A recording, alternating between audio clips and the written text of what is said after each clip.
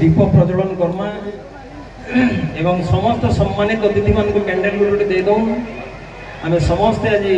Doctor Baba Saheb Bhimrao Ambedkar Bharat वर्षर नव भारत निर्माता एवं भारत को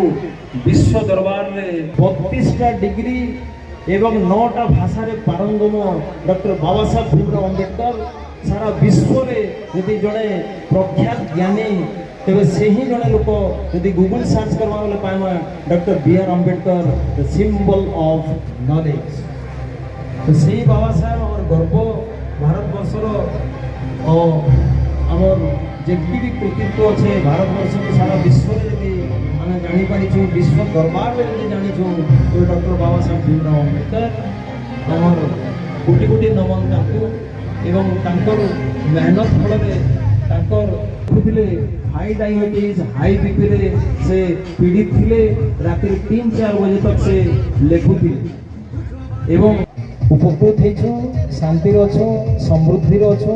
एवं विश्व दरबार में भारत वर्षर ना 1 नंबर अच्छे। मैं अनुरोध करने वॉलंटियर्स मान को आम अतिथि मुख्य अतिथि सम्मानित अतिथि मान को मंच को नहीं डाकू सामना चेयर आमंत्रण करमु जितके वॉलंटियर्स रोहन तुलसी बंटी एवरीबॉडी आमर मुख्य अतिथि मान को आम सामना रे मंच सामना थे चेयर में बसामु आ ऊपर तल बेसी नहीं करूँ एवं धीरे धीरे आमर प्रोग्राम को बहुत शॉर्टकट